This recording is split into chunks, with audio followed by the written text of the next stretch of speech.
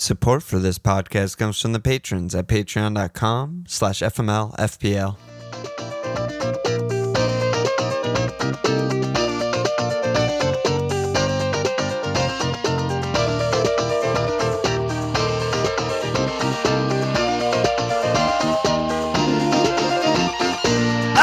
Okay! Welcome to FMLFPL Milan. This Walsh. How we doing? Back, baby. We're back, baby. Before the break. Yeah. We got Walsh doing a live stream Thursday morning. Walsh and producer Nate doing Friday My Life Thursday night. And then we're probably just not podcasting next week because it's international break. So we'll be back Monday the 11th, I'm pretty sure. Sounds right. I had a Gameweek 5, which is Saturday, September 16th. So no Friday game. Yeah. That's when the season really begins. These fucking Fridays are just atrocious. It's the worst thing. And we actually have a nice, 5-game slate on Saturday. As it should be. Yeah. And we're such old fucks. I know. We just want things the way we've always had them. Right now there's 4 games. Still good. Still good. That's this week. The following is fine. Yeah, I'm getting mixed up. How are you doing over there? Yeah, things are good. Things are unpacked. Things are moved. My voice is at, I would say, 80% recovered. But after the fucking 2 Darwin goals, I was not speaking well. Not a lot of air coming out of my vocal cords or whatever. However that works. No big deal. Phenomenal. I've been just buzzing since then. Just felt so good. Snatched victory from the jaws of defeat there. Oh, God. Still just everyone's posting pics. I'm just like, yes, more, give me. I want all of it all the time. Yeah, I mean, it's a big win for your team. Should good springboard into what can come later, I suppose. Exactly. Yeah. How'd your team do this week? I got 50 points after my hit.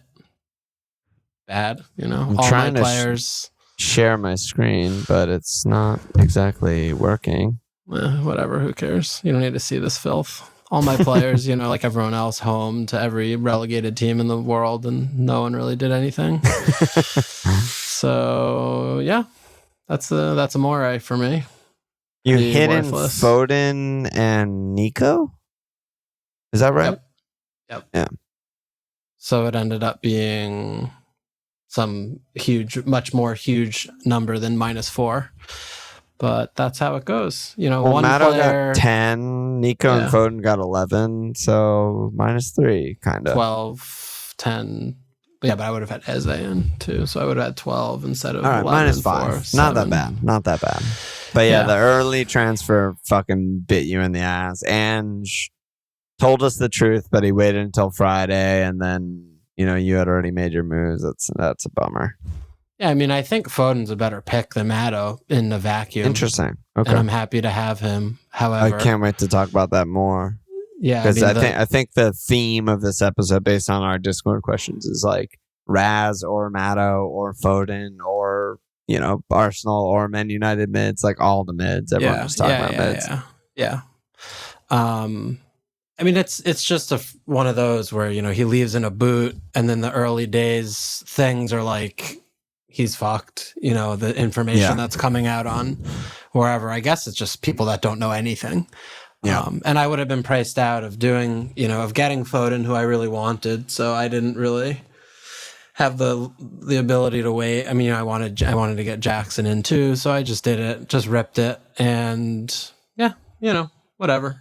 Fucking, it's game week 2 is a lot more like, oh God, here I go again. And now that I'm in the 2 millions where I'm used to being, it's all fine. You're comfy. I'm good. I'm fucking fine. Everything's fine. But yeah, you got guys that are good holds. It's not like you got some like shitters that are gonna, transfer out in 2 weeks or something. No, like I mean, that. it's not like I brought anyone in that wouldn't start. Would never do something like that. I brought anyone like Richarlison who, got another 0. How about you? Yeah, I over got there? 53. Yeah, I don't know. Most of the same. It was definitely like an up and down day to day type of week for me. Like Friday, I get the double Chelsea clean, but no Nico, no Raz. I'm like, it's pretty fine. Gusto's the one. Yeah, no Gusto. And then, Saturday I get Richarlison 0, Brentford triple blank. But then Bruno and Saka get pens that just bail me out. And, Brighton get fucking destroyed. I was expecting like, okay, what's Purvis going to do to me today? Just not get it clean again.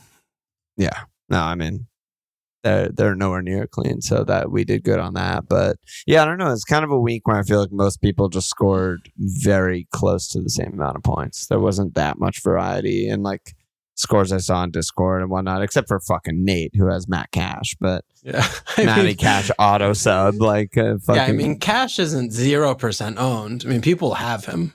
I just feel like almost no one started him. Yeah, that's the thing. I think he wasn't started by many, but this was a week where, we had some surprise omissions where he came off the bench for some, like aforementioned Nate, God mode. It seemed like it was Cash and then Gusto was a big, Raz was very, very low. Yeah, and Udogs with 10. So there were some really big, or 12 rather, there were some really big defensive scores there that some people got 1 or 2 of. Yeah. And then, you have Bruno, you have the other things sprinkled in here. They hit in the 70s, which is great. Some people saw Maddo, shit like that. Nate had fucking a Kanji Cash Wombo combo. Kanji just gets a 6 and a 7, game week 1 and 2, easy. Not in the fucking squad. Game week 3, Cash comes in for 17. Are you kidding me? It's just how he planned it. Just 30 points in 3 game weeks out of those spots. Is that good? It's pretty good. Unreal. Pretty good. We got our first mug winners of the season. Patreon Prize League. First place, Andy A. Los Samaritinos. He pulled through with the Holland triple cap to get him over the line. He was fucking shitting bricks when Holland missed the pen. He was like, oh my God, I'm actually going to lose it. But he came through. Yeah. Tie for second place, Blake Lowell, a.k.a. K. Sarabia, and Morden Adcock, a.k.a. Strange Brew. Tie for third place, Joseph Teal, a.k.a. Drunk Ricochets. Carson Fiore, a.k.a. Death Cab for Cootie. Good job by everyone. Great job by everyone. Mugs are in the mail already, or if you haven't responded to me, you have to respond to me, so do that.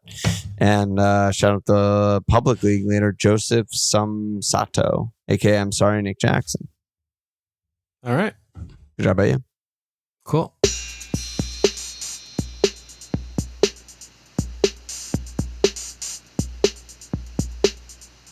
So I guess we should just begin with the midfielders, maybe? Sure.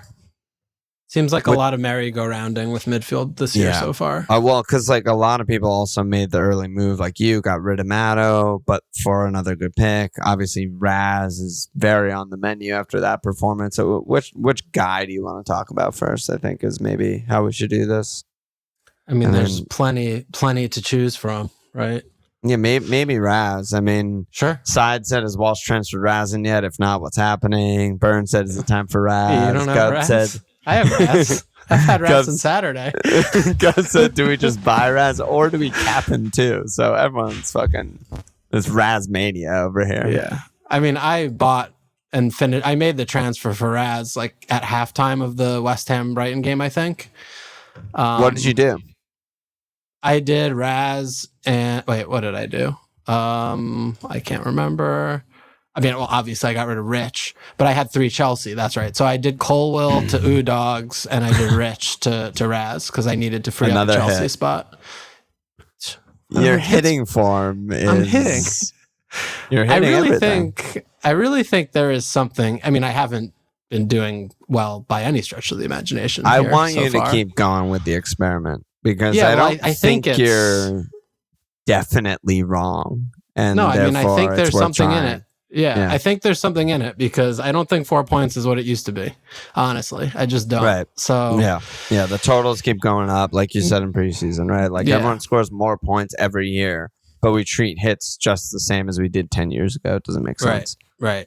So, I'm trying to do this thing where I just hit and try and get all the guys and stay ahead of the fixture swings, and I'm just going for it in that regard. But yeah, Raz, for me, what is it? I mean, I lasted 3 weeks. I don't know what to tell you. The thing that was so perplexing about him was like he had good performances game week 1 and 2. They were just very different. They were more good IRL performances than FPL performances because he wasn't really shooting. He was playing a little bit wider. He was just doing a lot more of the creating. I think with Caicedo in, it looks like they're really, kind of settling into this formation and this system. I mean, it's just him and Nick Jackson. I mean, that's really it.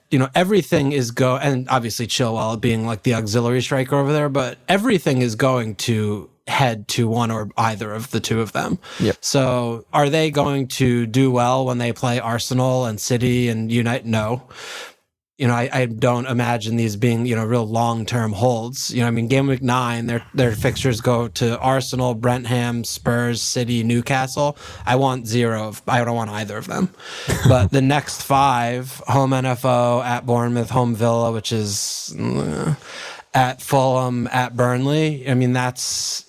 That's the window. Those are the games where they're going to score a couple. I mean, they're good enough. They have good enough quality. And Raz, he's doing the things that he used to always do. He's just bursting. His acceleration looks good. He's just going on those mazy runs where people can't touch him. And he looks like he's just enjoying playing again for the first time in years.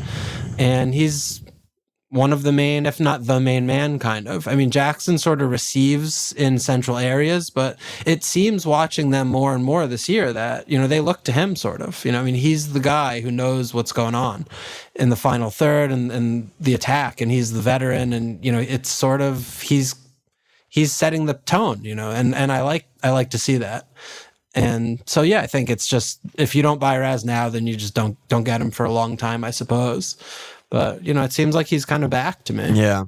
Yeah, there were a lot of moments in that game where I was thinking back to the Cayley fireside, right? And it was like, did Raz actually get 50% worse and just fall off the cliff and he's just a terrible player now? Or was last year just some weird fucking vortex anomaly that only happens in Chelsea every 7 years that happens at Chelsea or something like that? And it seems like it's, not the case that he forgot how to play football. I mean, monster numbers, looks incredible, doesn't seem to have lost his pace. And, it's Luton, so pump the brakes a tiny bit. But like you said, I mean, he had flashes of this in the other games. He just didn't get the chances. But yeah, and the other thing that reminded me of the Cayley fireside was just like, it's almost like, I don't know, Nico is just so not a traditional, I'm the number 9, I'm going to take all the shots in the middle of the box guy, right?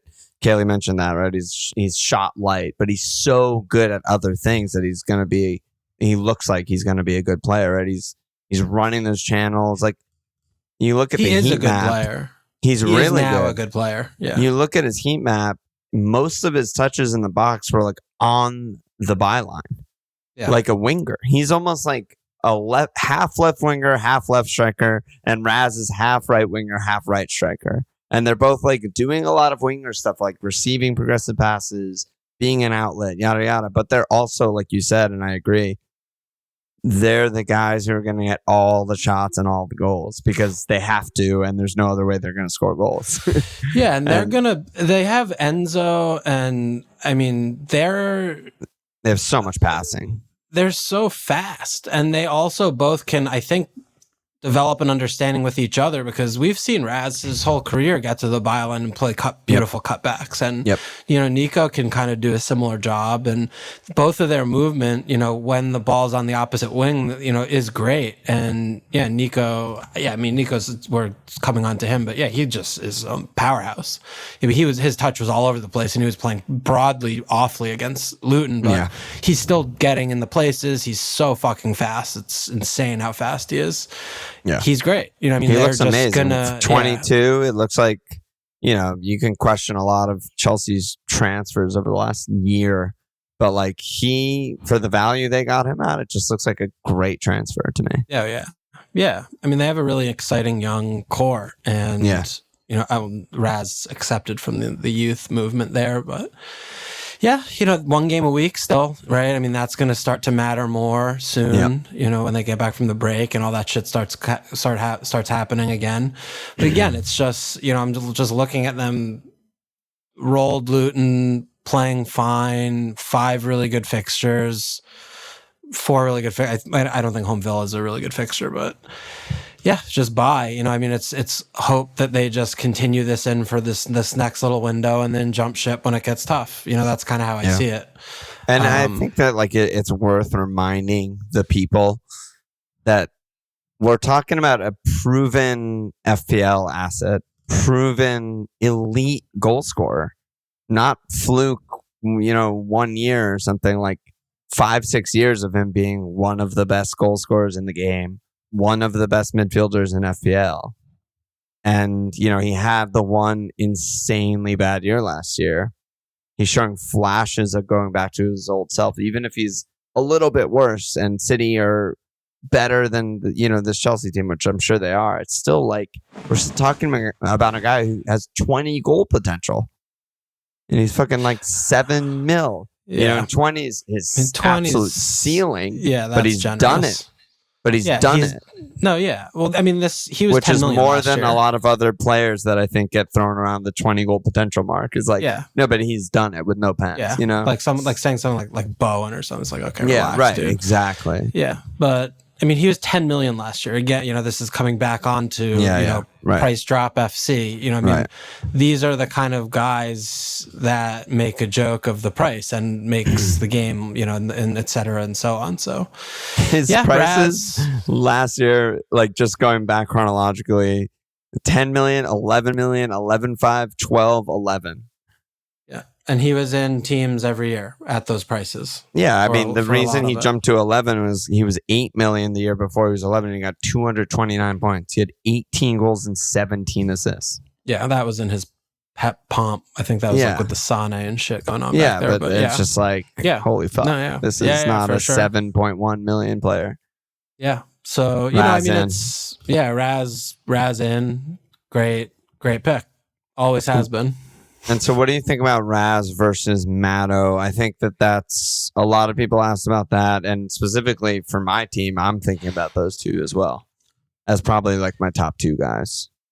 Yeah, I still feel like Maddo is a very much more of a trickling kind of player than an explosive player. Definitely more of a long-term hold because he has avenues. That Burnley, Sheffield next too, but then it's Arsenal, Liverpool. He's a good start no matter what the fixture is. Yeah, but he's not someone I see as like with Raz where it's like, oh shit, there's this little window of fixtures. Like that's when he will get his points.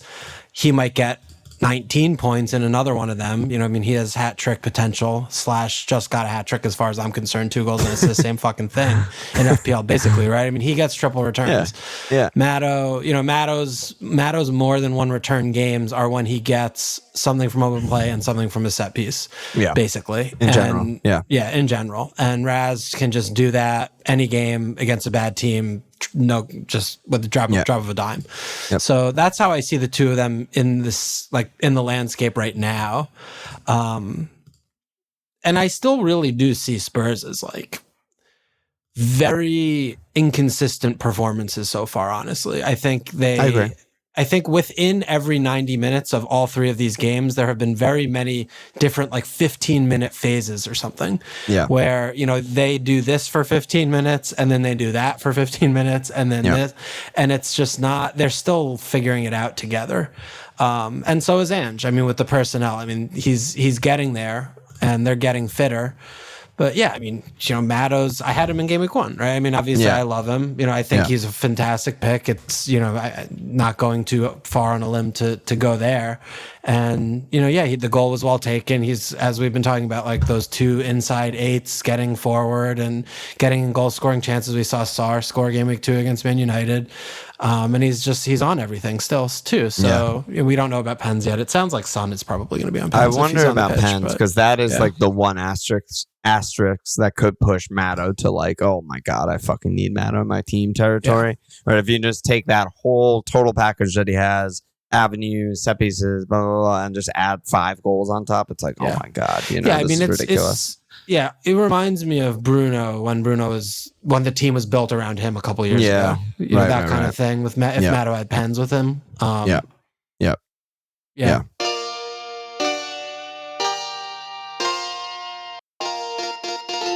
Great pick, though. Obviously, Maddo. Great pick. 2 relegation I really wish I had up. both. I really wish I had both, but I don't think I can. It's just the way I'm structured is just really awkward to get both. So I think I'm like basically choosing Raz right now. For me, I also just traditionally have preferred the goal scorer. I just think, the thing with the avenues and the creators and the 10s is that they need the other guys to score the goals. And, we've seen what Rich is so far this season. I think Kulu has been broadly bad. I think, I don't... Really, really bad. Yeah, Son is, he's actually playing okay, but he's nowhere near scoring goals. So I'm still just like, I don't know if these assists are going to keep up. I don't think Maddo's going to get a shot in the 6-yard box every week like he did against Bournemouth. So I'm more of a Raz guy, but I think they're both like arguably 2 best picks in the game and for attackers, outside of Holland. It's if you're looking at who are the top 5 mids in the game, they're both in there. They're both 100% in there right now. Yeah, right now. Yeah, and then Foden's another one, right? So Comrade Stern has said, if we've not brought in Fody Doty, would you still do it? And D said, next time you see Foden in a game and you think to yourself, wow, Foden's on fire, do you then think he will start the next game? And is it safe to put him in your team? Or you think he'll get like 4 minutes? But yeah, you have Foden. I want Foden. Yeah, he had the shits. You can't. That was I said to you. It's like we finish up last weekend with one player walking out of the stadium on a boot, the other player walking out of the stadium with the best game of his career. Yeah. Fast forward a week, one gets 10 points, one starts 4 minutes. Against 10 points, and one comes like, which one do you think? A lucky assist. Do you think did the thing? Yeah. It was like a lucky assist, but he also created that enormous chance before. He was amazing, but the assist was bullshit. I don't know what more you need to see from Foden. I mean, this is obviously the season of Phil, really just while Kevin's out. But, he came in, he played for fucking 5 minutes, and it was insane. I mean, he just everything changed immediately. It doesn't take a rocket scientist to watch the games when he's playing and watch him and just say, like, wow, he's taking on more responsibility. He's just everywhere. He still has the same work rate and insane, covering of ground and sprinting everywhere as he always has. And it seems like he's just gonna shit points so easily, this year, whether it's coming from goals or assists or what. We'll see what the minutes risk for now. I still expect him to start, probably like 3 of the next 4 or something like that. But it is a worry. They got Doku. Nunez seems like it's over the line. The squad's not as thin as it was a week ago, where it was like, all right, Foden has to play every game and be the best player every game, or they don't have anyone, and that is no longer the case. But yeah, I mean, home Fulham next, and I think people are put off the scent right by his fucking illness or whatever. But I completely expect him to start and get like double digits in that game. Yeah, it's just. Even Pep, you just watch, it's just ridiculous how good he is. I mean, it's literally just ridiculous how good he is in the team. And it can't go unnoticed that they, barely score a goal against the worst team in the league when he doesn't play. I mean, they didn't create a ton. I mean, he got a header. They got the pen. I don't agree about that. They created a fucking ton that game. Fodderingham and the pen and whatever. I think it made it seem like, they put a good defensive performance. Alvarez City put a couple 5 that game. Really? 5? I didn't. Yeah. I didn't. I mean, I had only half an eye on it, but I didn't think it was going that way to me. But yeah, Foden. I mean, it just seems like good Foden times. They have still a few really nice fixtures, and he's also someone in tough fixtures I feel pretty comfortable with. I mean, he scores against Liverpool every single time we play. Yeah, that's true. That's true. Nailed on. But yeah, I mean, Kaylee had the XG 3.3 for City, not including the pen. Yeah. So include the pen, it's over 4. Yeah, I don't know. Yeah, I mean, but a lot of that was after Phil came on. Foddering him. I mean, like in the last 10 minutes. 0.5 was probably after Phil came on or something. Yeah. But then foddering him, he's legit good. Yeah, I was telling you after our first game. I know. Yeah. If they stay up somehow, it's going to be because this guy just has some like 10 save insane cleans. Yeah. And they just like, I don't know. But yeah, City good, Foden good. And I would put it Sterling, Foden, Maddo in that order right now. Honestly. Like if I'm transferring if I'm looking at those 3 players right now, that's the order I would transfer them in at. I think I agree. The thing with Maddo is that, like you mentioned the fixtures, like the next 2 at Burnley, home, Sheffield, I mean, I expect Maddo to absolutely fucking haul. If you were saying like, should I do one for the other? Should I go Maddo to Foden? Like, I wouldn't transfer Maddo to any of them for these next 2, I don't think. But yeah, overall, longer term hold, medium term hold, I think I agree. Well, they all sort of have similar fixtures in the next 2. And then it's, I mean, not as good. Spurs definitely have that, but then the 3rd and 4th are by far the worst. Yeah, that's what I'm saying. Like short term, very short term, I wouldn't touch Maddo, right? Like he's just unbelievable pick for these next 2 is what I'm trying to say. But yeah, for sure. Yeah, like medium term, I think I agree with that order. Yeah. A lot of people asking about Bowen, though. I mean, Jitterbug said, is Bowen or Raz the better transfer? Ray said, is the best transfer this week just any mid with a bad fixture to Bowen? I mean, obviously they have Luton.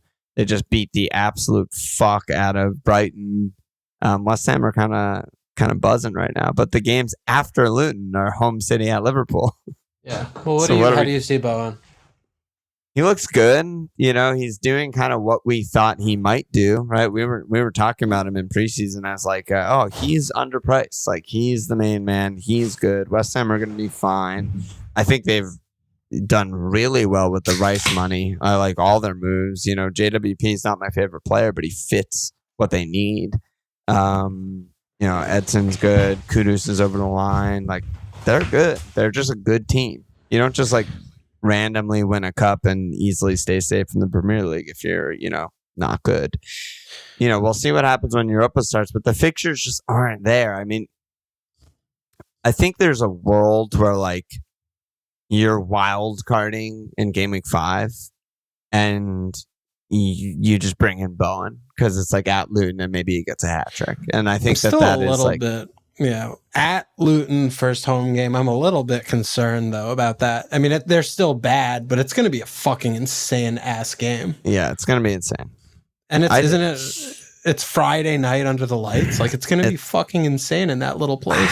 The thing with Luton so far, every game, it's been the same story. It's been like, you know, Luton aren't that bad. You know, they hung with Brighton, they hung with Chelsea, not that bad. And then last 30 minutes they just concede 2.5 XG and just get fucking annihilated. So I'm just like, are they just not at the level? Is that, I mean, they're tough fixtures, obviously, you know? So I think they need to adapt a little bit because, I mean, they cover so much ground in the beginning of the game. They play this like specific way, like they did last year, I would imagine, and they were better so that they had the ball more, so they're not chasing as much, and then they just fall apart in the last 20 minutes. No player's fitness is going to be there for that time. Yeah, you know, they might need to kind of learn how to do that for 10 minutes and then take 15 minutes off, kind of thing. You know? Yeah. And maybe that's something that the manager will get them on side with, but. Yeah, I mean, it's Bowen. They must have a new director of football or something because it's very astonishing to see the purchases they're making and they're not. I mean, they almost. Kudus. What the hell? Yeah, I mean, that is actually the most exciting thing that West Ham have done since they got Payet, I think. Payet. Is it Payet or Payet? I don't remember. How do you say it? I think it's Payet. Payet.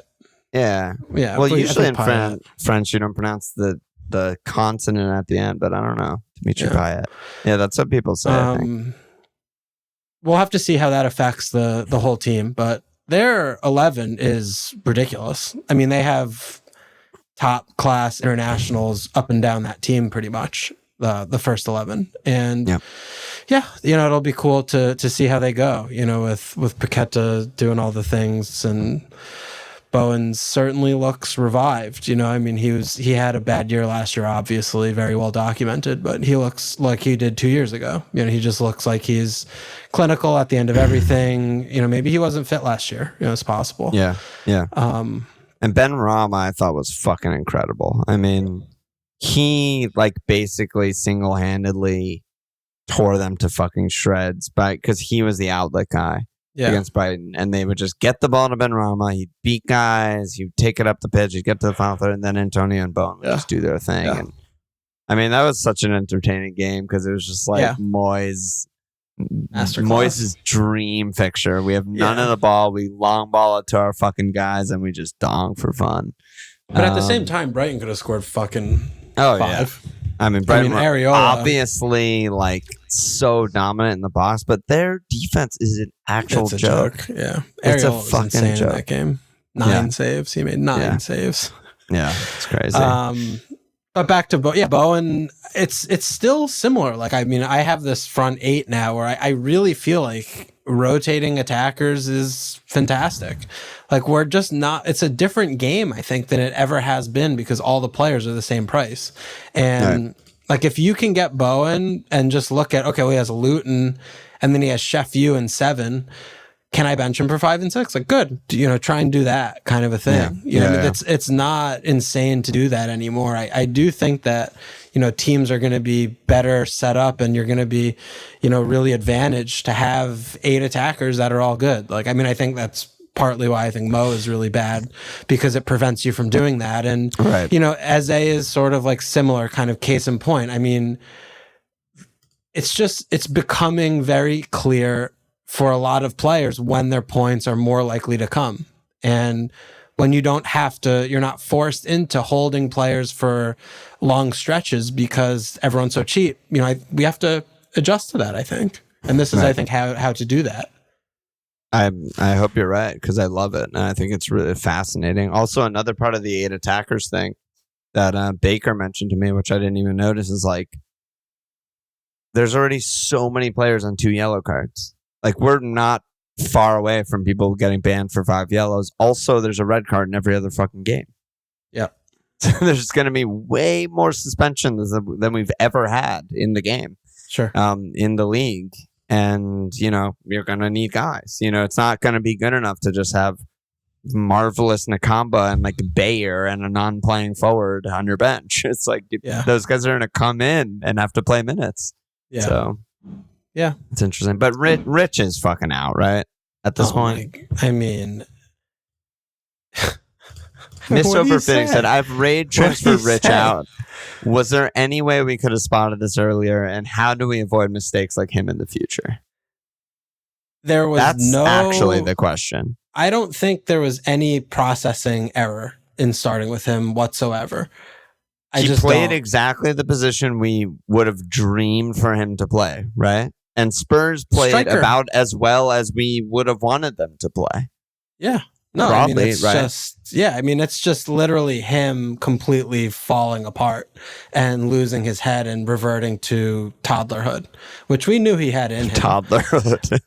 The petulance of the player is unbelievable. It's just literally out of control. And we were mentioning this in chatting, watching Haaland, getting absolutely...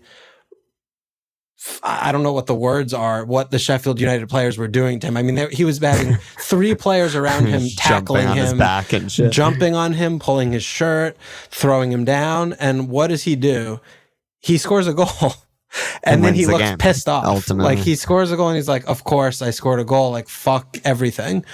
Rich kicks out, makes faces, gets into a fight on the bench with some other little child on the team the other game after he got subbed. It was a play fight, but it's dude, you just fucking shat your life away against Man United and you're playing and fucking laughing with your... It's what are you doing? He's just a nightmare. He's a nightmare, dude. And he needs to figure out... they need to figure out what they are doing with him because they can't write him off. You know, I mean, this isn't a player that they're just going to write off for like, this was a $60 million mistake. But dude, this player has been here for a couple of years. He has 1 goal. This is not a defender. This is not a center back. He has 1 goal.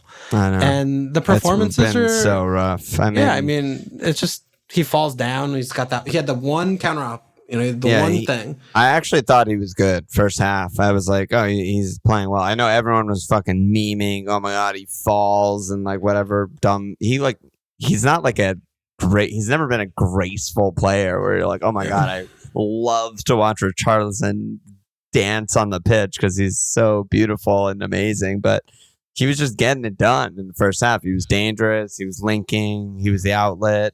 And I was like, good. And then like, one bad thing happens to him in the second half, like you said, and he completely falls apart. He just completely falls apart. You can't have that. Gets a yellow. It's unacceptable. It's not professional. Yeah, I know. And then he gets subbed. And I mean, honestly, he's about to get sent. I don't expect him to start the next game. I'd be pretty surprised if he does, honestly. It's almost like, well, so I don't agree with you. I think if he doesn't start him the next game, he might lose him forever. No, I don't think he wants to bench him and then start him at home because they could turn on him very quickly. I mean, I think an away game is where you need to start him kind of. Right. You know, like what are they going to not start him at Burnley, then start him at Sheffield? And I think more to the point is... Don't fucking start him. You're just bombing him for a while? Yeah. I mean, sub him on, you know, like but give Son a run out at striker and Perisic on the wing, Solomon on the wing, and... Honestly, I just don't think the team can function with Son at striker, full stop. But they're not really with Rich at striker either, and they're still like winning games and playing. Yeah, I think they need to persist with that because it's worth it in the end because they need obviously not hold Rich. Hold you don't hold a player that looks like this that just did that. And I see what I hear what you're saying. You know, I mean, yeah, you could see Son with a spell there because he has talked him up a little bit in those moments. That I just don't think he can link and hold up. Like he can't play back to goal. I mean, what's he gonna do? Yeah, I mean, he can't come to the halfway and the get bottom the ball line is I don't think they have a striker that fits. I just don't think anyone in the entire fucking roster fits. I agree. I mean, Rich is such a confounding player because, I mean, it's difficult because with Brazil, they have all of the ball. And like, we've kind of joked or talked passively more about, well, Neymar sucks or Vinny sucks 3 players. And then Rich is just like unmarked in the box. Great. Like he taps it in. He does have some good qualities about him. He's a good player. There's no question. He's a good player. Yeah, he's fine. I don't know. It depends how you define the word good. I mean, he's adequate. He can do some things, but he's good enough that when he went for 60 million, people weren't like, "What the fuck are Spurs doing?" Everyone was kind of like, "This actually makes sense." You say that, and yes, that was the climate at the time. Yeah. All he's done since he got to Spurs is show that he's not good enough. Well, he's been bad for Spurs, that's for sure. Yeah, and I mean, even when he was with Everton, I mean, he was just kind of like an emotional firecracker, insane fuck who would play well for a month and then go missing for 2 because he's a child. He might just not be good enough. That's besides the point. Like, he was amazing for Everton. Like, if you scored double-digit goals, mostly non-pen as a winger in 2,800 minutes or whatever, like you're fucking legitimately good. There's very few wingers that do that in the league. There. Yeah, I mean, his position, whatever. I mean, this wasn't they're in 20th place Everton, though. This was like 5 years ago when they were somewhat functioning. 16th one of the years, Yeah. I mean, he has 13 goals, 10 goals. Like, okay, fine. He deserves a step up, and now he gets a step up and he's fucking bad. So he might just be a small club guy, like where he can't play here. He just might not be good enough to do this. And they make this very specific thing at Brazil national team where they just need this player to really just hold the ball up and just kind of stand in the box and move laterally a little bit. He doesn't do anything. He just does. That's all he does.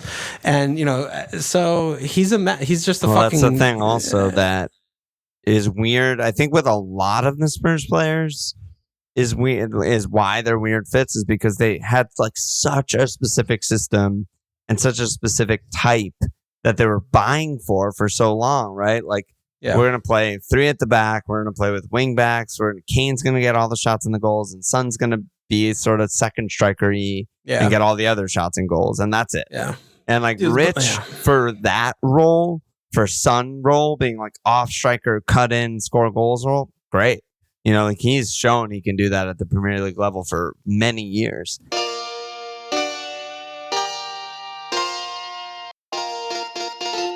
And now it's like a completely different team, completely different role.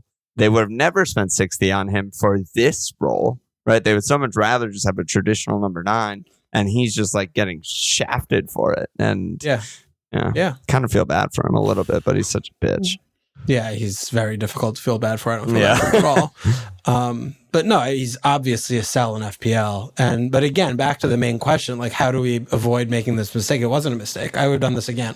Yeah. Because this turns on the other side. And like we were saying, this is a 7 million striker midfield out of position at Spurs, you know, who are attacking a lot all game. They've been attacking every game, all game for the first 3 games. This was 6 goals in 3 games, and Rich played striker as long as he was on the pitch in all 3 games. Yeah, and 2 of them were hard fixtures. So, you know, you take that, and Rich is just self-destructing, and that happens sometimes, I suppose, in the game.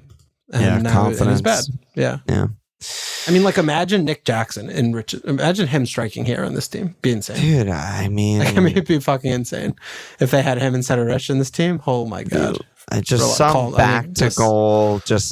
I like the fact that they just play like, obviously like the inverting stuff and that stuff is not traditional, but they just need like a traditional number 9. You know who would be incredible?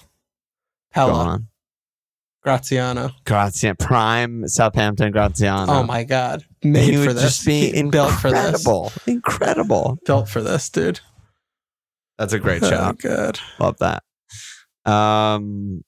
Wait, what? I want to stay on Spurs, though, and go back to you, dog, since I now have him in my team and shit. Oh, yeah. You got him he's back. fucking. Or you didn't get him back. You didn't have him. He was in my Tinkers for a really long time. I didn't start with him. Right.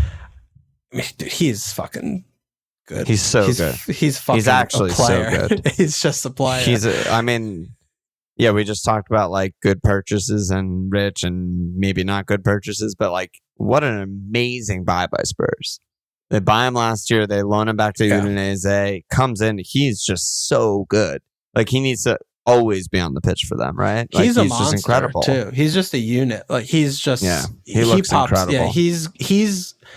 I thought he was completely lost in the Brentford game, and he's just continually sort of like growing into it. And I mean, he's playing with Porro too. You know, I mean, Porro popped up once or twice.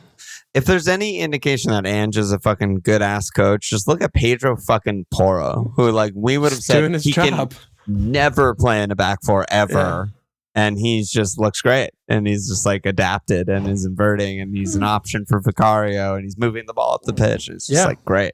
Yeah, it's been great. So, I mean, coming back to this team's never going to keep cleans. Well, they just kept 2 in 3.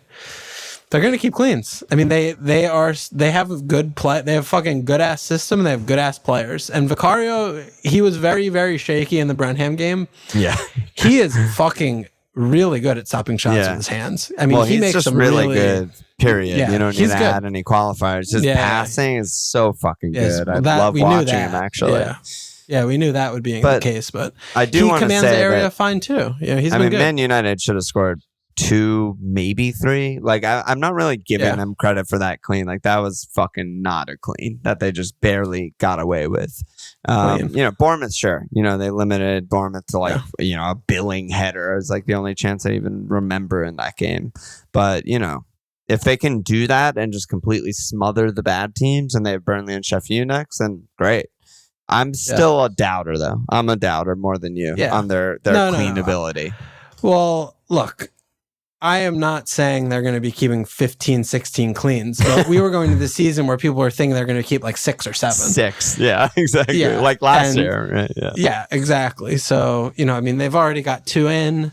They're going to be in the 10 region, and that's going to be just fine. That's good enough to have an attacking pick on defense. 4 or 5, That's more than good enough, and that's more than fucking Brighton are gonna keep. Fuck them. Yeah. And I have him on my bench right now. I'm still not 100% on that. I need to still spend more time this week thinking about it. Benching this season has been so hard.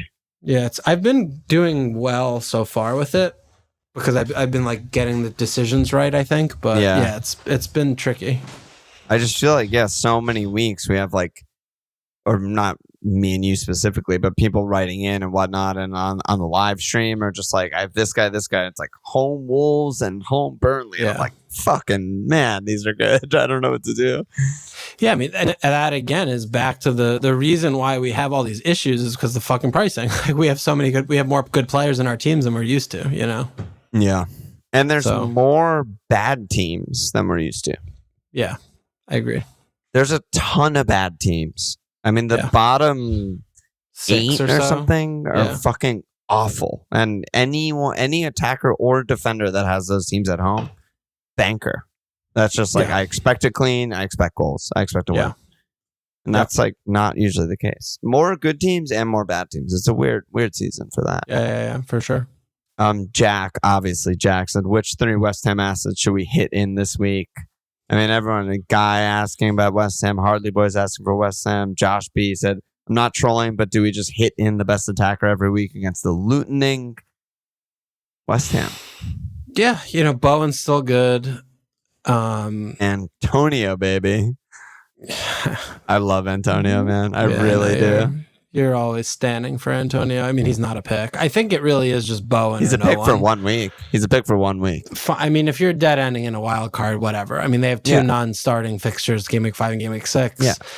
JWP, what do you think about JWP? We have to take him on pens. We have to assume he's on pens, right? He has to be on pens. I guess. I don't know. I guess so. I mean, he doesn't have like the seniority. He's been there for like 2 fucking games. So, if Bowen or Antonio or someone wants to take pens, I think they'll have. Well, Ben Rama's been on them before. Yeah, Ben Rama, and he's been really good too. So I'm not going to assume that he's on pens. Okay. I don't think you just come into a team on pens. Like, obviously, he'll be on free kicks because he's that good. But he's not even that good at pens. He's not even that good at pens. He's a god. If the ball the ball is still on the ground and he's going to kick it, he's a god. He's a 3-point shooting god, and he can't hit his fucking free throws. Like he's a freak of nature. All right. So, do you think he's a pick? I mean, in a normal season, which is an expression I keep using, and it continues to be true that this is a not normal season with these prices, he would be like a great glue guy, right? I think Jitterbug even asked about him being a glue guy or someone. And like he's just set pieces. Moyes teams always rely heavily on corners and set pieces, right? Like think of Cresswell in the years past, Bowen the year he got like 17 assists. Those are like half set piece assists. But in this year, I'm just like, I don't know. I'd rather have goal scorers that are like 1 million more who are like good on better teams. But yeah, I mean, he's not a terrible option. He's just low on my list, right? Like you were saying, like, in that top 5, right? Raz would be in there, Foden would be in there, Maddo would be in there. I mean, JWP's nowhere near. Right? We haven't even mentioned like Saka, Bruno, Rashford, Mo. Like, there's just too many good guys ahead of him. But yeah, he's fine. I don't know. He's fine. All right. When's their good run? That's like for West Ham. That's my question, right? Is like right now we have the same answers, but. Yeah, Game Week 10, it's it gets kind of okay, but they don't honestly really have a good one.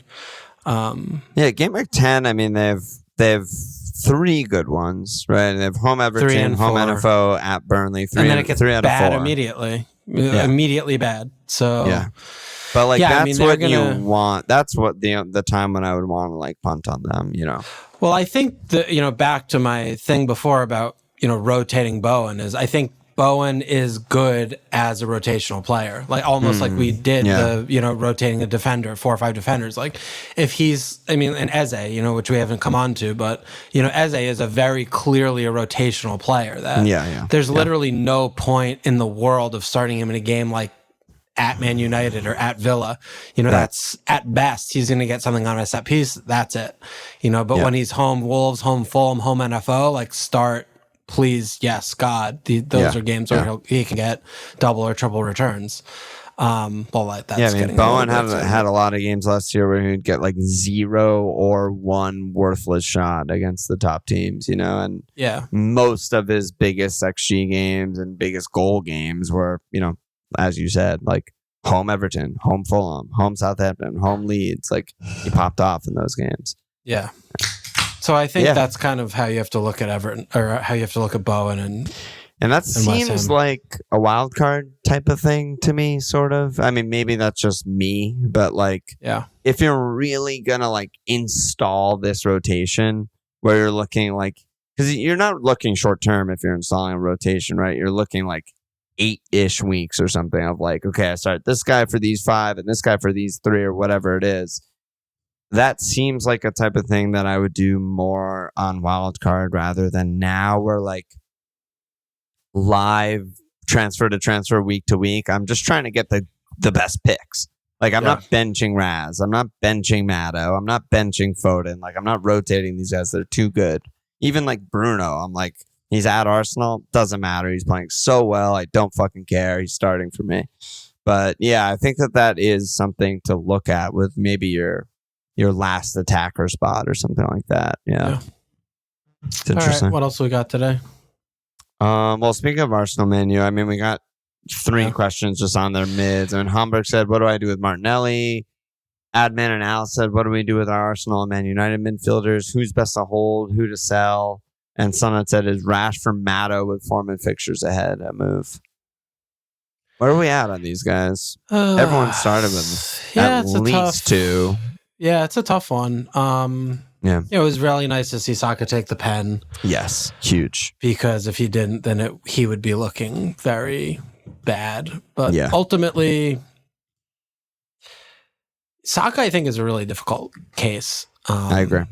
Because last year, I mean, he got 200 points barely, was getting kicked up and down the ground, started every game.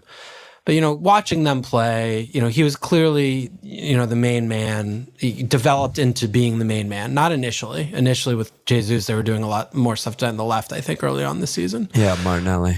But, the team right now is not in good shape. The Arsenal team, drawing, throwing points away, home Fulham, barely beating us, 2-1 NFO, hold on to your pants.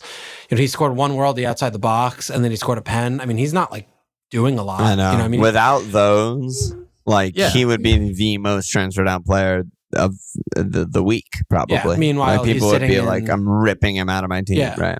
Yeah, meanwhile, he's in 66% of teams. He should not be in 66% of teams. Yeah. I mean, and it seems like they might kind of like share pens, him and Odegaard or whatever. Yeah, I don't know. It's fucking annoying. Can you just grow up and take him? Name somebody. But I mean, Odegaard looked insane in the Fulham game. He was getting all the chances. I'm a little bit more worried about the Arsenal situation because, we knew that they had a lot of picks just because they have a lot of good players. You have Martinelli, Saka, Odegaard. But if they're not scoring 3 and 4 and they don't look like scoring 3 and 4, then they sort of cannibalize each other. And that's kind of what we're seeing to me right now. I mean, in the Fulham game, I thought they looked like scoring 3 and 4. I mean, I thought the attack mostly was very good. They had huge chances they missed. Obviously defensively, they were a fucking mess, a complete fucking joke. And Saka basically assisted the Pereira goal in the first minute. So, bad job by him. But, Jesus is coming back. The Trossard was good. I don't know what's going on with Kai. I mean, Arteta's like insistent and like, I have to sub Trossard at halftime, but leave Kai on when he's not playing well. And like that seems interesting. I'm not sure I agree with that. Yeah. Eddie's looked really good. Like every minute he's been on the pitch, he just looks like he's their best attacker. Like I had that actually written down before the Jesus news of his fitness. I was like, Nketiah is their best attacker. Like he's getting all the shots, he's getting all the chances. Yeah. So I don't know. Yeah, I feel like they're still kind of growing into the season, learning how to play with a different set of players and a different style. Partey right back, inverting, and Ben White at center back, and just a lot of change. Yeah, I agree with that. So, I mean, but what do we do with this from an FPL standpoint? Because I still think Saka's a hold. Yeah, I mean, they have Man United home, at Goodison, home Spuds, at Bournemouth, home City, at Chelsea. Yeah. Personally, I still think Saka's a hold. I mean, he's getting shots. Yeah. He's taking some of the pens. He's creating chances. He's taking some set pieces. He's good. It's hard when a player is like sort of beneath your expectations because then it feels worse than it should. Yeah. But like overall, he's good. Like he's definitely not a transfer. Are you talking about Saka or Ollie? Saka. Right now? Saka. Oh, Ollie. Yeah, Saka, okay. Ollie, Bruno, Rashford, all of them actually. Oh God. But yeah, I mean the Man United mid's sort of the same, right? I mean they can see they go down 2-0. Everyone's fucking lol Man United, fucking worst team. This Eric One Hog or whatever the fuck. But they just absolutely paced them from that point on. Get the pen, great, like 2xG outside of the pen, and just destroy them and score 3 goals, and everyone's happy, right? And it's just like, yeah they're good. Yeah. I mean, Rash looks like he's coming fine. I don't know. I mean, he's gonna pop up with something soon. I mean, for him to go 3 games without a goal, he looks like he's okay. And yeah, Bruno's been really good all year. Bruno's been so good. Yeah, he's just been their best attacker, best player. Everything's going through him, and he just looks incredible. I mean, he's creating so much every game. It's crazy. Yeah. So and Ericsson played last game, and he was still taking set pieces, which I love as an owner. Yeah, of course. And that was a huge, obvious pen, but pens are part of the game. So you get those 8 points, and that's good for you. Yeah, good pick. I mean, he definitely looks better than Rash. I mean, just for sure. Comparatively, I mean, that's not like a transfer I'm going to make, I don't think. But yeah, I mean, I don't think any of these guys are transfers out, and that you and I spoke on Discord behind the scenes about should I wildcard, right? Because just like you get those moments during a game week where I'm like looking at the state of the game, and I'm like, okay, I don't have Foden, don't have Maddison, don't have Raz, and these seem like maybe the 3 best midfielder picks in the game.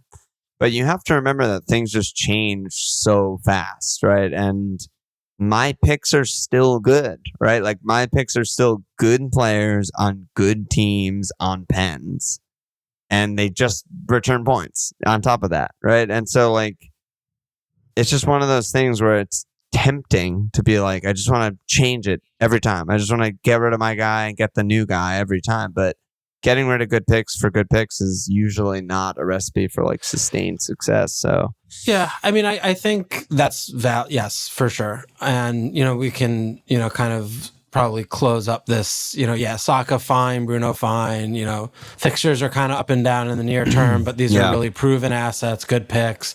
Teams should score a couple goals. And, Man United's fixtures also they have a nice run coming up. They have Burnley and Sheffield United coming up and shit like that. But, I do think we need to circle back around to the Mo Salah question, because, I mean, he's still, to me, is like just a really bad pick. Yeah. Interesting. No, I mean, isn't he just a bad pick? I think he's just an incredible pick. How? I mean, he's played 35% of his minutes down a man. He's still scored.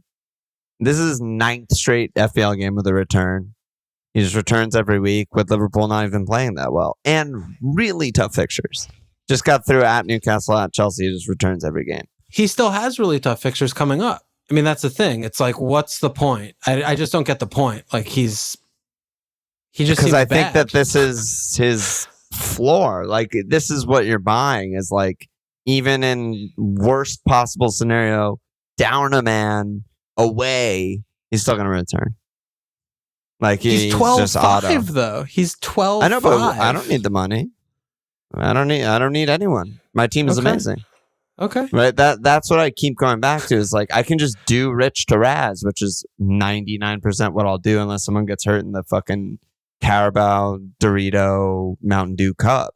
this week. I'm not then I saying do that move and I'm like, I'm very happy with every pick of my team. Well, your team is, I'm not saying your team specifically because your defense is on point with all your good 4-5s. You know, you have a good structure. You have Wissa's in good shape at the 6 million, but there are plenty of teams that have João Pedro as the second attacker and a 7 attack front with, a 4-0 defender, like they're stressing on having to start. That's the easiest mow out double move of all time. Of course, if you need the money, he's the obvious guy, right? Especially because there's not that many other, in most of those team structures, I don't think there's many other obvious places to get money, right? You need to go 4-0 to Chilwell and you need to go, forward to Nico or something like that. I think that's like exactly what LR did or something like that.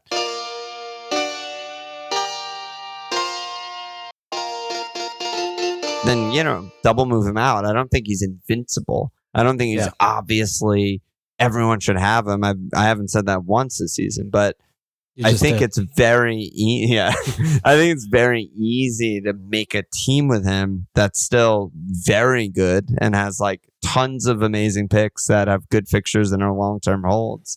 And like no one has him. And I'm just like very happy to keep having him and just keep getting points. I just think he's just going to keep getting points. Yeah. Yeah. I don't know. I don't like it. Yeah. Yeah. You definitely can't have the 8 attacker rotate thing with him, I don't think, though. No, that's certainly the case. Yeah, so if that ends up being the most genius thing of life, then, he's going to have to go. I mean, it still comes back. I mean, look, he's missed a pen, like he's whatever. He's like no goals this year so far. And, he's playing out there. He's picking the ball up a lot deeper in Newcastle game. He's being asked to do a little bit different role there. Fine. Okay. But, like you said, you're telling me that you think that they're phasing him out to make Darwin the best. I mean, he's fucking old. He's 30 something, and he still has this huge 6-pack and he looks like a Greek god, chiseled abs, etc. But ultimately,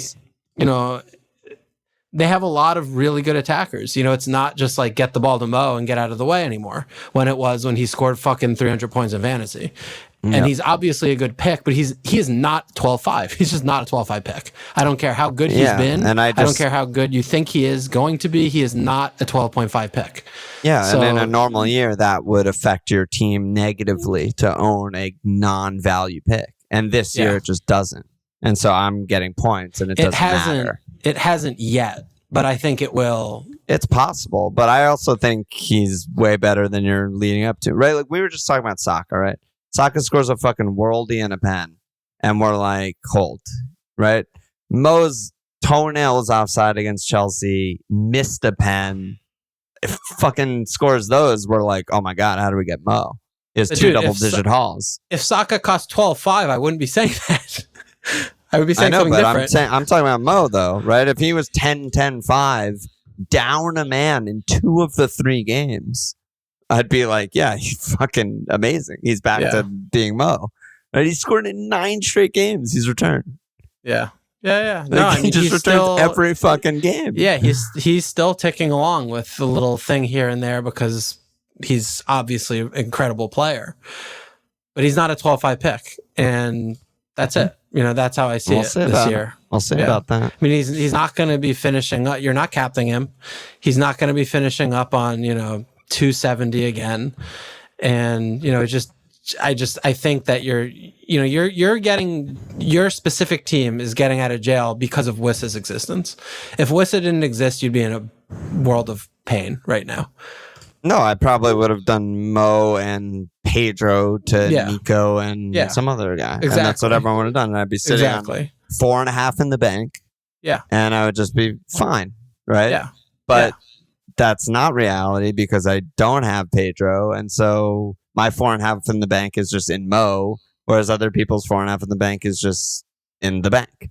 Yeah, but I mean, this is where I think that you can get in trouble here is that like Wissa's time will expire soon enough. Like their fixtures will get harder. He's not a year long hold, whatever. That you're gonna keep telling yourself, well, Mo's still good. Not look at Mo. Do things on the fringes to get a 0.5 here, get a 0.5 there, to still get second rate assets rather than the best pick in another spot because you have 12.5 in Mo. Like that's how I imagine that playing out possible, over, but if over the next month or two. If that comes up, let me know, because it hasn't come up yet. No, I've just gotten everyone I'm getting, everyone I want, which continues this week. I just get Raz. I have money in the bank. Even with Mo, I have money in the bank. Yeah. You know, and I don't care who's a season long hold. Like, we still have our wild cards. Yeah. Right. Totally. So, like, you know, Wissa still has great fixtures through game week fucking 9. Yeah, he still has I'm another 4 or 5. Yeah, for sure. So it's like, you know, I'm just chilling very hard. I'm very happy that no one owns him. I'm very happy that no one's buying him, and you know, that's all good for me, I think. So yeah. We have so many other questions. We're over an hour. Should we rally and just go through some of these? Yeah, let's do like 10 more minutes and we'll get out of here. Yeah, let's do that. And then, yeah, Thursday episode with Nate. Can't wait. So Ferguson said, is Taiwo the actual Kane? Arsenal. Yeah. Is Taiwo the actual Kane light? His next 3 fixtures don't look great, but neither did his first 3 returned in all of them. I mean, is Taiwo the best pick in the game? Am I just going Whistler to Taiwo in game week 10?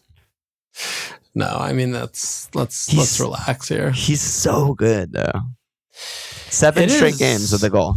Yeah, I mean, it is. We talked about him on the postmortem, and then the fixtures came out and we were like, oh, well, I guess that's not a thing. And then he said, oh, no, it's still a thing. Watch this. Right? Dude, his fucking picture is too funny. Yeah, I mean, he looks like one of those. He looks like a fucking linebacker. He looks like one of the boxers from like the Mike Tyson thing, you know? Like oh my God, he looks exactly like that. Yes, I know exactly what you're talking. His neck is wider than his head.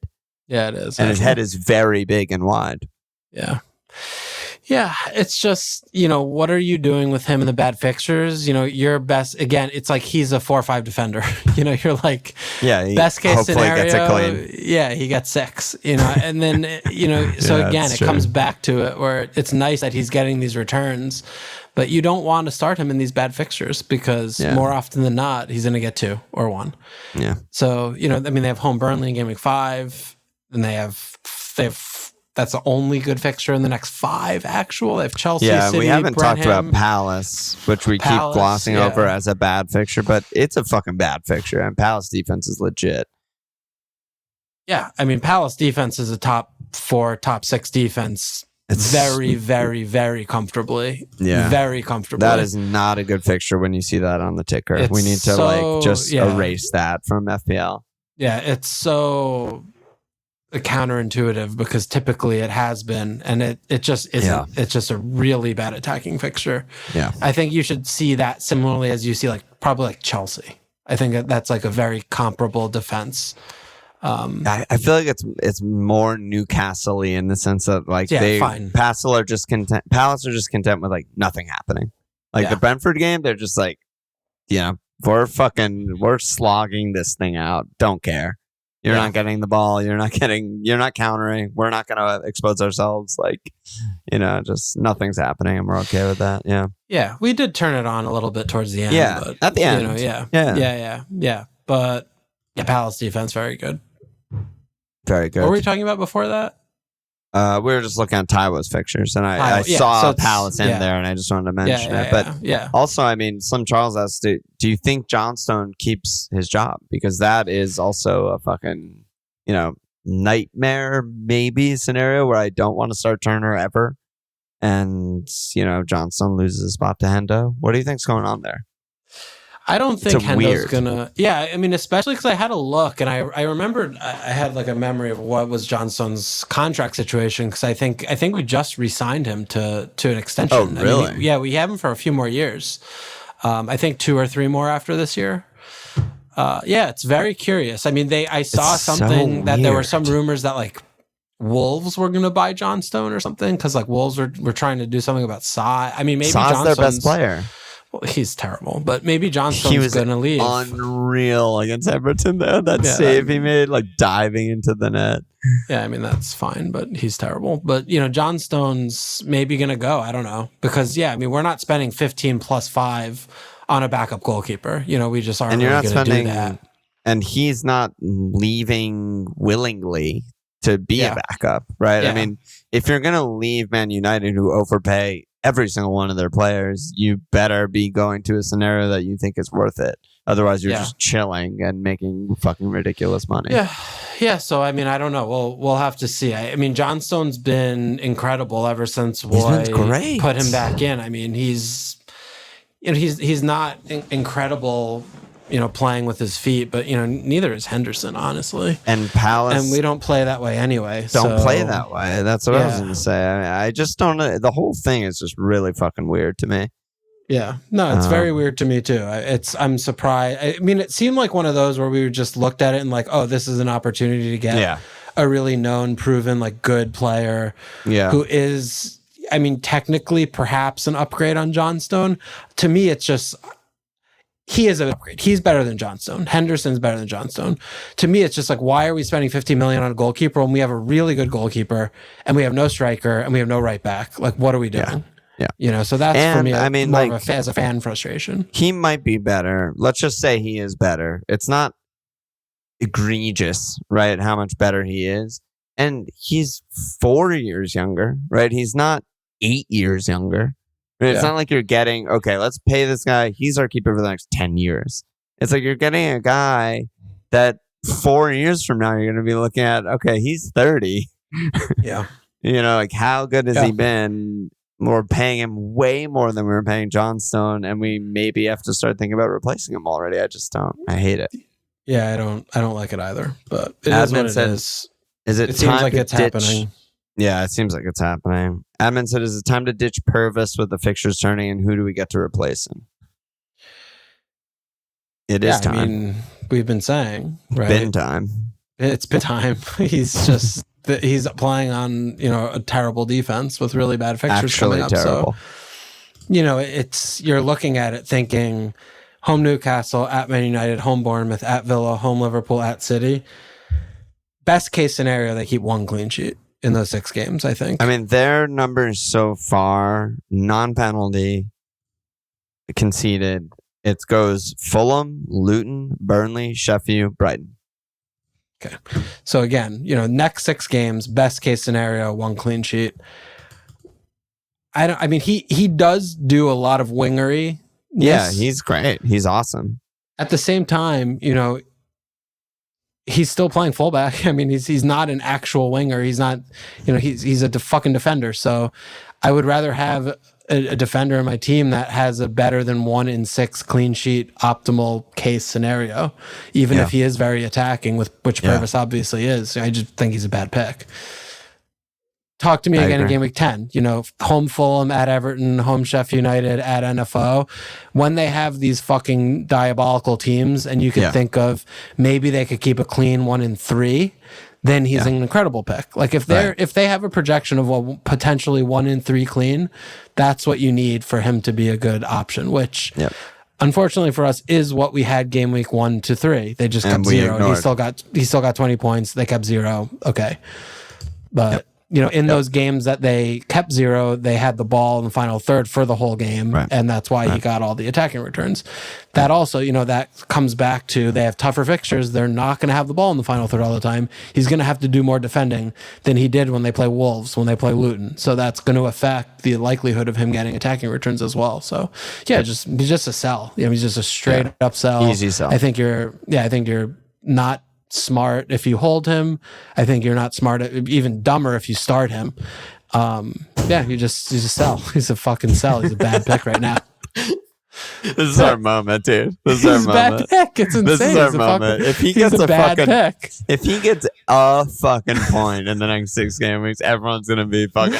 Oh, you guys said he's a bad pick. I hope he fucking gets 0 points every week. He's a fucking bad pick. If you get a red card in your team, which I hope Purvis does, you shouldn't be able to transfer him out. Like a punishment, like UCL rolling moves or whatever. Yeah, that's just UCL rules. But so who do you get? I mean, Chilwell, we've been talking about nonstop, right? He's the obvious one. He still has incredible fixtures. I think people are starting to whisper about Trips and Newcastle. Not this week. They're at Brighton, but soon, there'll be picks. Other than that, I think. Other than that, and City, because City you don't need to rotate. City, I think City is the loudest, right? I mean, they have 5 million players. Go to Guardiola, easy swap, right? Everyone else, I'd want to rotate. Everyone else I prefer. No, just give me the 4-5 guy on Spurs. Just give me the 4-5 Palace. Just give me the 4-5 Villa. Like all these teams, and just rotate. And I think that's the best way to do it. Yeah, I mean there are Brentford. a million good 4-5s. Yeah, and there's Henry, there's Gahey, so Anderson on Palace. I mean, Cash Villa. They're doing the things. They have some good fixtures. Gusto. I mean, there are a million Cash good really picks. gonna fucking keep that place? I mean, it seems weird. Playing attack. He's just gonna play winger, like Bailey's position. I mean, it doesn't matter where he plays. Really, I mean, he's a rotating. He's still been playing he started every game. They're gonna have Europe. I mean, they already have Europe starting, but they have home Palace game week 5. Wolves game week 8, West Ham game week 9, Luton game week 10, NFL game week 11, Fulham game week 12. A lot of startable good ones. It just comes back to when do I need this spot on my team to start, and doing that. Doing that kind of thing. You can't go wrong with the rotating. It's really the season of rotation. Yeah, it is, dude. Because we know what's going on. Like we have a good clear picture of the teams. On the gambling pod I guessed it on in preseason. I mean, they were like, there's basically a blob of good teams and a blob of bad teams, and that's the season. And like in the middle is like Palace and Brentford and West Ham or something like that. Yeah. And it's true. I mean, so far it's like basically true. Yeah, for sure. These are two interesting questions. D-Bomb said, do you have a greater emotional response when a player you have does really well or when a player you have does really badly? I ask because maybe depending on the answer when trying to think about transfers, it's better to choose either a player who could really spike points in the first case or a player who just won't fuck your team up in the second case. So it's like playing safe or playing risky, I guess, is basically the two scenarios.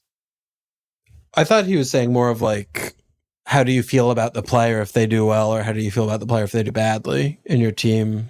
Just like emotionally. Well, yeah. I mean, which gives you the bigger emotional response? Yeah, like how happy am I when Haaland gets a hat trick versus how sad am I when Rich gets 0 points? Yeah. I feel way more sad than I feel happy. This defines you. Yeah. And I think I feel way more happy. Yeah. When I find a little gem and he just gets me like an assist, I'm just like, God, I fucking nailed that. See, it's totally because I expect that of myself. Like I expect to find the gem. Like I'm like, of course, because I fucking knew that I found that. But yeah, when the guy does bad, I'm like, I just want to fucking tear it all. I want to throw my computer out the window. Yeah. Rich, man. This is the season of Rich. It's not Gabami and said, if the 50-50 transfer goes wrong, should you just correct it immediately or be patient with the pick you made? Is this like the Baines Coleman question? I don't know. I mean, he said I got Odegaard instead of Raz, and I don't think that was really a 50-50, but that's me questioning the premise more than answering the question. If you made a mistake, you should correct it. If you ascertain that you made a mistake, we can go through that, whether or not we agree if it's a mistake or not. If you're saying I made a mistake, I got Pinnock instead of Henry, do it. Just reverse it if you can. That kind of thing. Yeah. I got Foden instead of Rodri. Huge mistake. Just go Rodri. Well, only one of those two players has the most points of all midfielders in the game. Bingo. And it's Rodri. So get fucked, you. Ben said, Turner and Nippleman, is 8-0 worth it, or do we have so much money with 0.5 savings don't even matter? 8-1 now. The Nippleman went up. He went up? He went up, baby. What is this Everyone's world? buying. Everyone's buying. Buy. I mean, it's fine. I don't know how they rotate if they do it all, but it doesn't matter to me because I never want to start Turner. Yeah. No, I mean, it's basically starting Areola. I mean, they will be good for cleans, West Ham, I feel like. Yeah, after they get through City and Liverpool, you can pretty dependably just start them in every game for a long time, actually. And the next really bad one they have is away Arsenal in 19. And I'm not really, I mean, away Spurs in 15, I guess, but like, it's fine. That's a Goalkeeper. Huge run where you can start him. I'm still personally just scared. Like if I had him, I would be worrying about the team sheet every week. And maybe that's just a me thing, but like one bad Areola game. I think we're past that point. I just think one bad Areola game and people are going to start whispering about it. Flappy hand saves that. No, we're past that point. I mean, he also, why would he have a bad game? He's so good. He's an incredible player. He's made some mistakes this season already. I mean, dude, the Brighton game, now he's fucking being insane. He was great. He's saved a pen. Yeah, I mean, he's doing all the things. No, I mean, that's not like something where he's going to put Areola in and say, you know, it's tenuous. You know, I think he's been there. He's been biding his time. It's just been a changing of the guard. I wouldn't be worried about the team sheet, honestly, at all. But yeah, I mean, overall, it's always worth it to have money in the bank. I just don't want that right now. Yeah. What else? Eze, sell or keep? Fires of Life? What are you doing with Eze? Keep, rotate? Well, for me, easy, keep, rotate. But you're really, again, if you need this player to start every week, you should not own him because he's not going to score points in difficult fixtures or frankly, like on the road all season, unless if it's like a Burnley Luton situation or Chef U.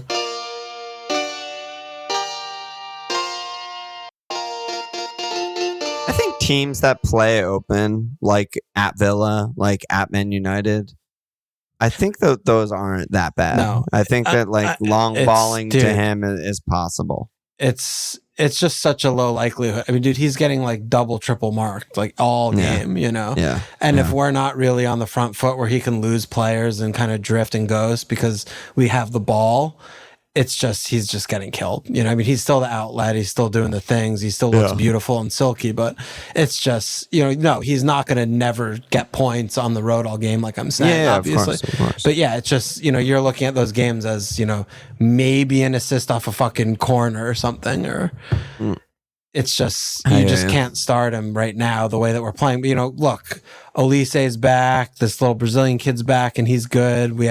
Maybe we buy a striker this week. I don't know. Okay, you know, we could have a different conversation then. But the way the team's currently constructed, it's like home Wolves, banger, good. Home Wolves, home Fulham, home NFO, 3 out of the next 5. Yeah, and then, you know, bench game week 5, bench game week 7 at Villa, at United, bench game week 9 at Newcastle, bench game week 10 home Spurs. If you can't do that, then you shouldn't own him. So I think it looks like, you know, either, all right, let me try to get through the next 3 and then maybe sell and, you know, kind of thing. But that's how I see Eze for now. Yeah. Yeah. Okay, I think that's most of the relevant questions. We talked about most of the other shit, I think. All right, cool. What do we do next? I don't even remember. Our teams, our caps. Yeah. I mean, it's obviously Holland, right? Yeah, it's pretty clear. It's not a week to think about it. Yeah. I'll probably do Richarlison, but I could also just save. Which... Yeah. Saving just means I start both Henry home Bournemouth and Gahey home Wolves instead of choosing between them. And obviously those are 2 incredible fixtures. So yeah. I mean, I have both of them in my team right now. I mean, I have Udogs on the bench versus putting him in over either of them, which also is like, fuck, what are we doing if we're not starting our guy at Burnley? Yeah, it's just, I mean, Burnley look bad just because the players are bad, but they don't look bad in terms of what they're doing, like their attack ideas. Wise. Yeah, their ideas exactly. But it does and feel now like now we have Archer.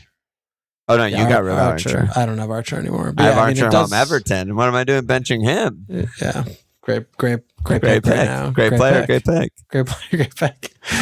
But yeah, Udogs, I don't know. You know, it's a tough one because Henry, it's still back to, right? I mean, like the game week 1 when they were playing the 3-5-2 and he was like fucking the out and but then the next 2 games they're playing the back 4 and it's just like he's kind of like just doesn't do that much. You know, he's like playing defense all the time. Yeah. Yep. So, you know, I don't know if he's like, if I don't he's feel such like a weird player to own for that reason. Really, he's really tough. It's like, if I don't feel like he has a good attacking threat, I still believe in Bournemouth, even though they have fucking 2 goals in 3 games. Like, me too. I know. So maybe I will start Dogs over Henry. I'll have to. It sounds like you're leaning that way to me. I'm leaning that way because I still feel like Burnley's they'll players play a back four against Bournemouth. They'll start Shota with Bumo. Yeah, for front sure. Three. Yeah, for sure. And I mean, Burnley's players are still all very bad.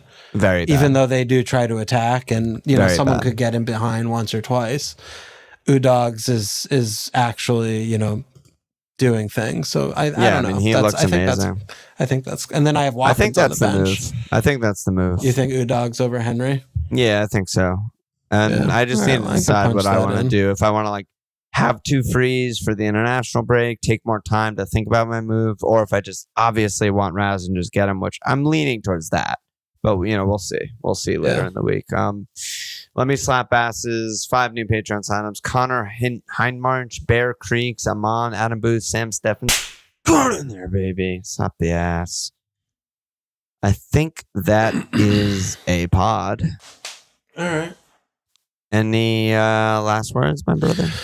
I'll see you in 2 weeks, I guess. Oh my God, we're not gonna pod in so long. Yeah, it's gonna be a while. Well, I'll see you then. Not tomorrow. Check us out at FMLFPL.com. Follow us on Twitter at FMLFPL Sports page.com/FMLFPL. Subscribe, rate, review, cheers.